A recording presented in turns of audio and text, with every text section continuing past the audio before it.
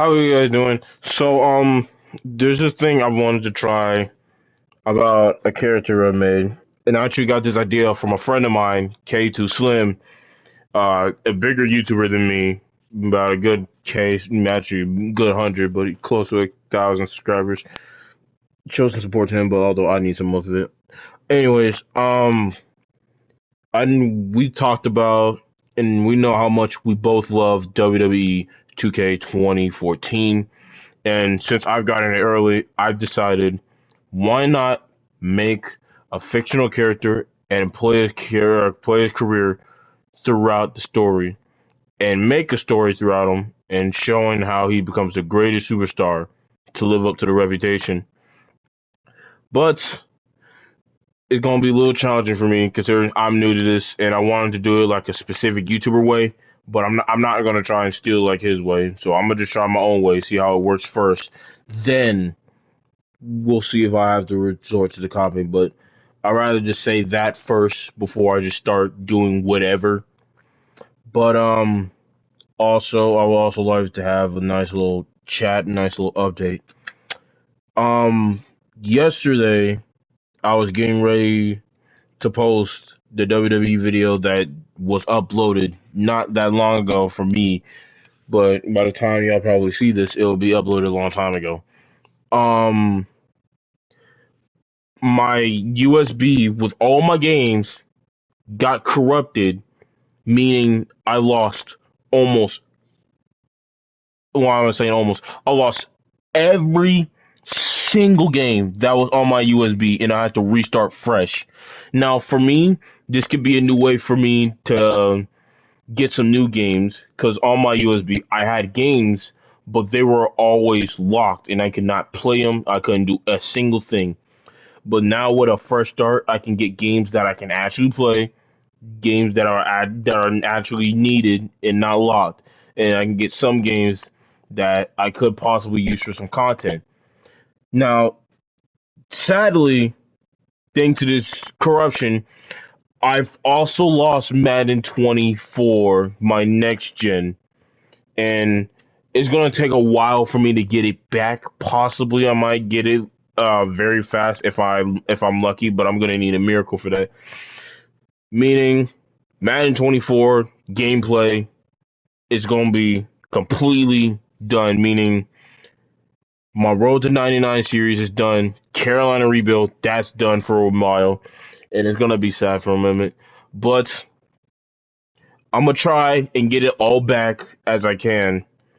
So I rather just say everything just to let you guys know what's going on and how this is happening. But anyways, I hope you guys enjoy this little idea of mine that I had trying to do this, and I will see you guys in the next potential video. Adios, amigos.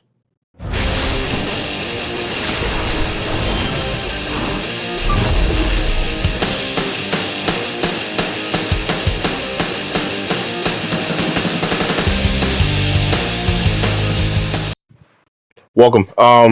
Today, sorry, my door won't close. This is the Forgotten Uso, the story of Jason Uso. How about we dive on into this topic and see about him? Now, Jason Uso, immaculate man. Hard as you see, his tattoos is better. He got his gear on. Um, we're gonna explain his wrestling gig in a minute, but right now let's go over the basics. Jason Uso is 5'9". He is 228. He is a high flyer, but his class is a technician. Yes, he is the youngest brother between Solo, Jay, and Jimmy. And yes, he is a Samoan. Although his tattoos, they really don't look Samoan when you see his full wrestling gear. But Jason is the how do we say this? The castaway.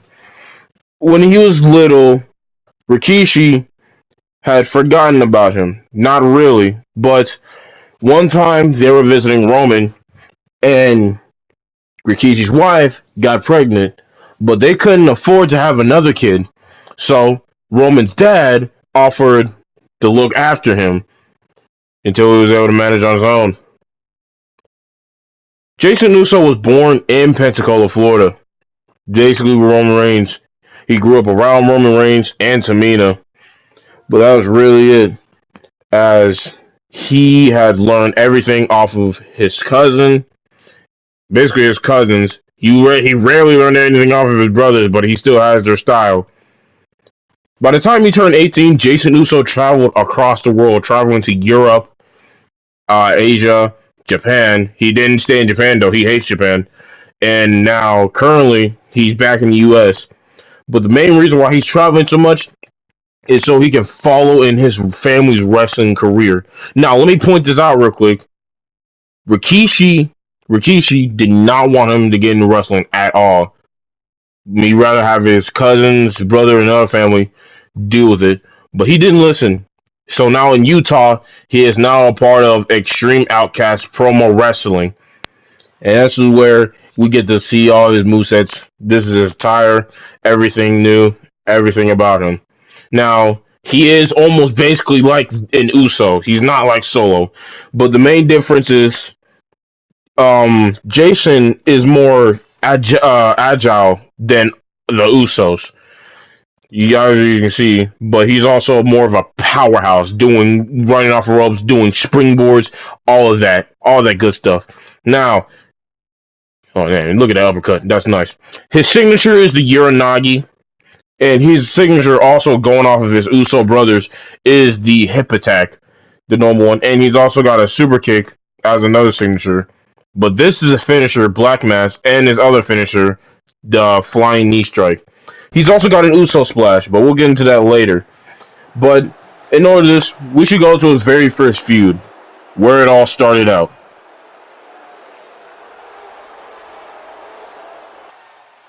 The way Jason's rivalry started off all started here in this 6-man gauntlet match for the world. Nah, it's not the world.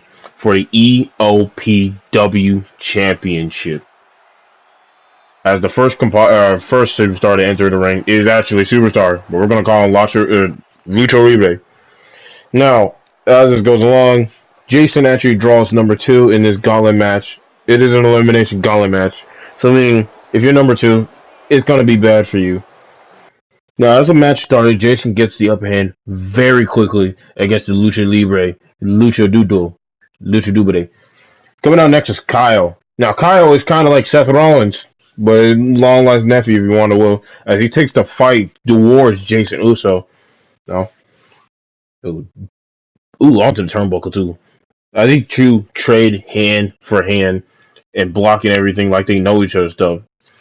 But Kyle not getting the upper hand with a nice lariat, flipping them inside out. Next up, we got CJ Blade. But before CJ Blade can even get down to the ring, he's interrupted by Lucha Libre, but he gets stopped, dropping that steel chair as he throws punches, and as it ends, lariat onto the steel chair. Back in the ring now. Kyle now with a nice springboard going into the pin against Jason Uso. But Jason kicks out only at 1, meaning he's going to do a lot more damage. Still back outside of the ring. Blade landing a nice little headbreaker on the steel chair as the next opponent, Max Mondo, comes out the ring with a nice DDT on Lucha on the outside. Back in the ring now, Jason's got the upper hand on Kyle for right now, but then CJ slides in and takes advantage while he's not looking, nails him with a nice look. It was a nice right. Tries to go for a pin, but nothing right off the bat. But that was a nice slam. That makes Jason rule out the ring. So he definitely felt the urge to that. Next up, we got, I forgot your name. I think his name is Chris Parker. But he was feeling himself as a nice little swinging neck breaker. Swinging neck breaker. And now it's all chaos outside on the other ring. As Chris takes a massive Pele kick. While Max and Lucha go at it, as Max is being thrown into the barricade. And Uso and Chris are going at it, but Chris blocks that. And meanwhile, on the other side of the ring, CJ with a nice moonsault slam. Now we're back in the ring with a nice neckbreaker by Kyle in the ring. As Kyle now going for a sling blade off of the ropes going into the pin on Jason Uso. As he's only going to get a 2 count, not eliminating Jason yet. But meanwhile, while outside, CJ back outside, nailing Chris behind with a steel chair. Yeah, this is going by real quick for me, so I'm just going to wing all this. Now, Kyle was a little cocky, just like Seth Rollins, as he gets nailed with a black mass on the outside of the ring. Meanwhile, in the ring, Max almost took a pin, but it was only a 1 count. As Jason now, still getting the upper hand, but now he loses the upper hand as Kyle now throws him into the ring post. As Kyle walks away, Chris now taunting at him. And it definitely works as Kyle gets a nice hand as they start to brawl on the other side. Meanwhile, Chris is walking over, but he gets nailed with a flying knee by Jason. And he gets slided into the ring. Meanwhile, back in the ring, Max now with a Superman punch into a spear combo on Lucha. But meanwhile, there's bodies all over the ring. Jason Uso trying to get the pin on Chris, trying to get the first elimination. But no, he's been eliminated as he kicks out at 2. And he kips up immediately. Now Max Mondo outside the ring taunting with Jason outside of the ring now. He's as he taunts Jason Uso, and apparently it looks like it works as now he is throwing hands at Max Mondo. But from behind, Chris now with his golden crown taking Jason out. It looked like it hurt. But meanwhile, he catches a spear by Chris on the outside. But now into the pin, Kyle.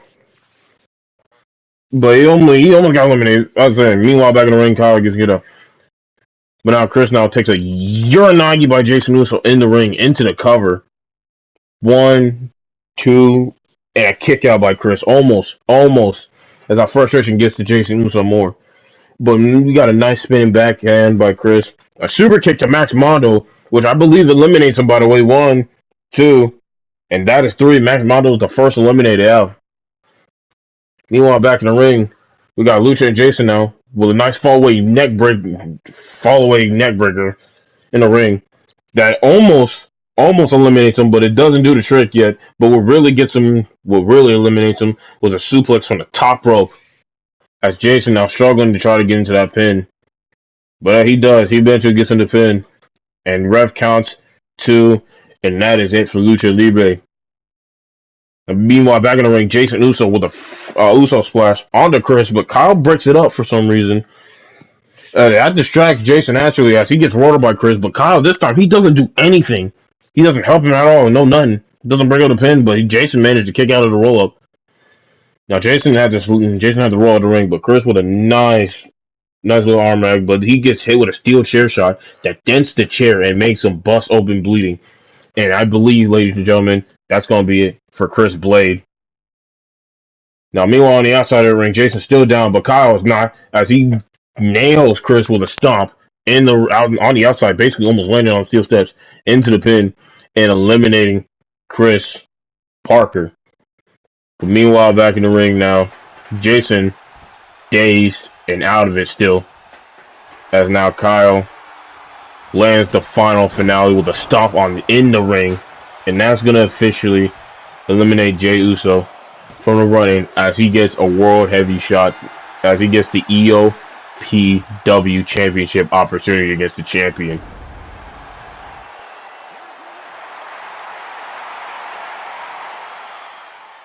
The very next week, Kyle comes out for his match against the charismatic enigma Jeff Hardy, who surprisingly made his debut in EOPW, but he's been here a couple of times.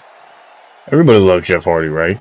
As the match continues, Jeff Hardy gets the upper hand in the match against Kyle with his veteran experience. However, due to his resiliency, Kyle gets the upper hand and nails Jeff Hardy with a nice sling blade, followed up by a frog splash off the top rope, almost getting the pin on Jeff Hardy, only getting a 2 count though. Moving on along, throughout the match, Kyle dominated against Jeff Hardy. As he was getting the upper hand, Kyle was ready to end it, knowing he was going to set up for his signature move to stomp, who lands it and also gets the pin to tap off and wins the match against the veteran Jeff Hardy. But while he could barely even celebrate by getting up to his feet, the music of Jason Uso heads down as Jason sprints down to the ring, staring soul deep into Kyle. The next week, Kyle was set up to have a match against Chris Danger, who also was making his veteran debut. Because new guy traveling around, but he was also quickly taken out by Jason Uso from backstage as Jason throws Chris to the side as he rushes down to the ring to start a brawl with Kyle on the other hand. As he slides into the ring, and then he just starts laying in punches after punches after punches, not letting up. The referee had to break this one up, as next week they would again this time have a match scheduled. Winner takes all, settle this rivalry. Meaning, if Kyle lost, he would lose his title opportunity against the champion. But Jason Uso was very aggressive at the start, as he already landed a hip attack and also going up top to the top rope for an Uso frog splash as he wins the match.